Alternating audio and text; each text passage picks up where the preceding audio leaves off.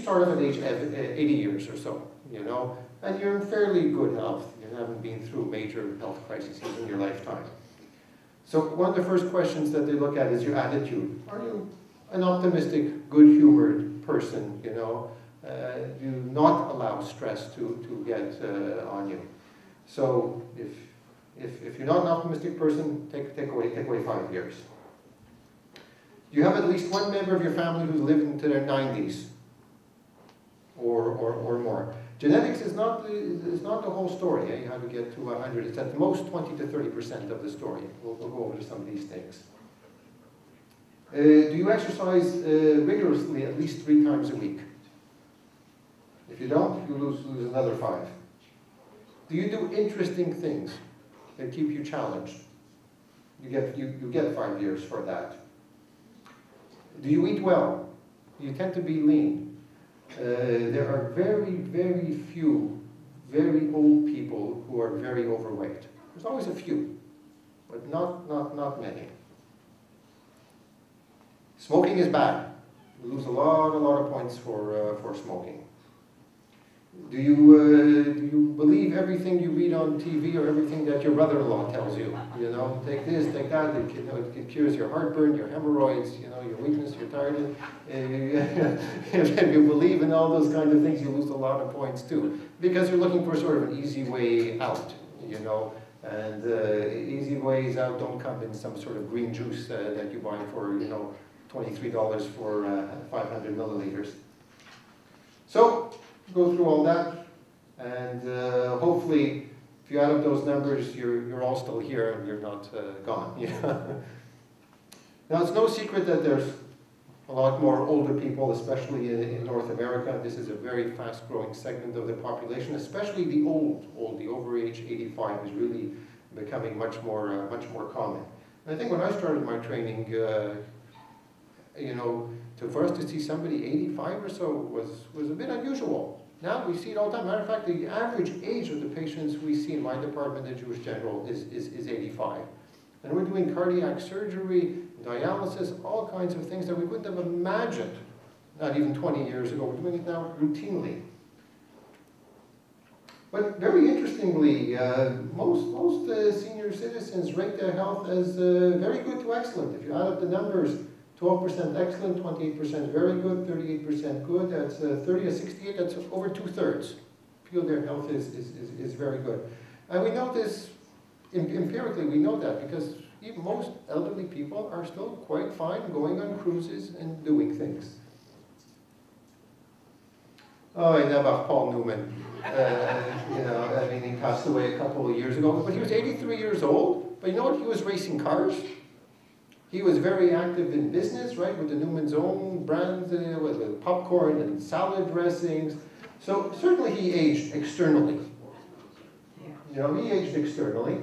But, you know, we have very good dermatologists and hairdressers and makeup artists and all these kinds of things that can at least deal with the external part of aging, which bothers all of us, right? I mean, you know, it's like, my mother-in-law asked me, how many times a day you look in the mirror? I said, I don't know, a couple times, 2, 3 times in my life. Your father-in-law, he never looks in the mirror, he doesn't want to know anything. You know? Well, if we really want to understand aging, we really, more than just the superficial external part, we really have to understand what's going on in cells. Everybody's heard of cells, eh? You know, our body is made up of trillions and trillions of little pieces called cells. And what goes on inside these cells? This is where the real breakthroughs will come out in aging, not in, like I say, green juice that you buy. And this has been studied in flies, in monkeys, in mice, in worms, on a very, very subcellular level. Now, I was able to get a very little interesting videotape from this Dr. Cynthia Kenyon, who's a molecular biologist at the University of California, who's been studying aging in worms. And again, it's a little short piece. It's a little bit technical, a little bit scientific detail, but the message is very, very interesting. It's about 2-3 minutes long. So the question, of course, is could studying aging in one of these little roundworms teach us anything about humans? And I thought that the chances were pretty good that it could, because the idea that I had was that aging was actually going to be controlled by genes, a set of genes that would be controlling aging in all animals. And the reason I thought that is that many biological mechanisms that control other aspects of biology, like how a muscle cell differentiates, or how an egg is fertilized, or how a cell divides, happen in the very same way in all animals. And in fact, lots of genes that are important for people were first discovered in these little C. elegans. Okay, now, we were very optimistic starting out that we would be able to find genes that extend lifespan. And the reason was that there already was an animal that had an altered gene that lived longer. And this was a mutant that had been identified by Michael Klass and studied by Tom Johnson for a long time. These worms lived about 30 to 50% longer than normal. So we set out to look for long-lived mutants, and amazingly, we found that mutations that damage one single gene in the worm, a gene whose name is DAF2, doubled the lifespan of the worm. So here you see a diagram of the lifespans of these worms. In black are normal worms here. And you can see that by day 30, the end of a month, they're all dead. So the fraction alive, which you see is over here, is now 0. Whereas at the same time, our mutant worms, the worms that have only one gene change, all the other genes are the same, are almost all still alive.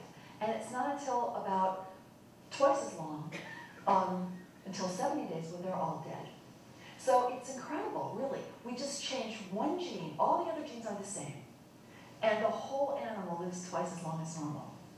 And the really magical thing about these worms is that it's not that they, get old and then just hang on. They actually age more slowly than normal. So here you see a normal C. elegans worm, quite beautiful, crawling along on its bacteria. So this is a movie of these worms. What you're going to see first are the normal worms. Here it is, a normal worm, and it's about the age of a college student. It's 3 days old, so it's a young adult. And you can see that they're very healthy. Now what you see here is the mutant worm, the one that's going to live twice as long, when it's also a young adult. And what you see is that it's very healthy. That's important. It's not sick when it's young. Now here, prepare yourself, because this is a little bit sad, is the normal worm in just 2 weeks. You see? Now the head here is moving. See the head? See it move? There. But otherwise, it's just lying there. It's in a nursing home, basically. You're going to see some more worms in just a second. This worm is dead. And again, this one, you see its head is moving, but otherwise it's just lying there. So these are what worms look like when they're old, which is just when they're 2 weeks old. And here is our long-lived mutant. One gene change, that's all. And look at it. See, it looks healthy. It's moving around actively, and they look much younger than the worms. And this is like actually looking at someone who's 90 and thinking that they're 45. That's what it's like. So it's like a miracle, but it isn't a miracle. It's science. Interesting, huh? So the question Oops, again with this. Now, so what does this have to do with you and me? Well, as it turns out, again, I don't want to get into so much details, but these genes and these mutations, they have to do with a hormone receptor in these worms that's very similar to insulin receptors and what's called insulin growth factor in humans. Well, insulin, everybody knows about insulin, right? You heard about diabetics, right? People don't have insulin. And so this is getting a little bit interesting. So what does this have to do with these gene mutations, insulin? Well, insulin is involved in processing food, in metabolizing sugar. So let's continue. As far back as 1935, it's been shown that if you feed mice less, they live longer. Not only do they live longer, but they live better. As good as a mouse can live, I guess, So if you think about it, every time we eat something, right, our body takes it in, it gets digested, and things happen. Similar to like giving gasoline to a car, right? You give gasoline to a car, it works, it burns the gas, the oil, but you get some sludge and you get some other unwanted things, even if you buy polyoctane stuff, right? So it's the same thing with food. We need food to live, gives us energy, but at the same time it produces some toxins.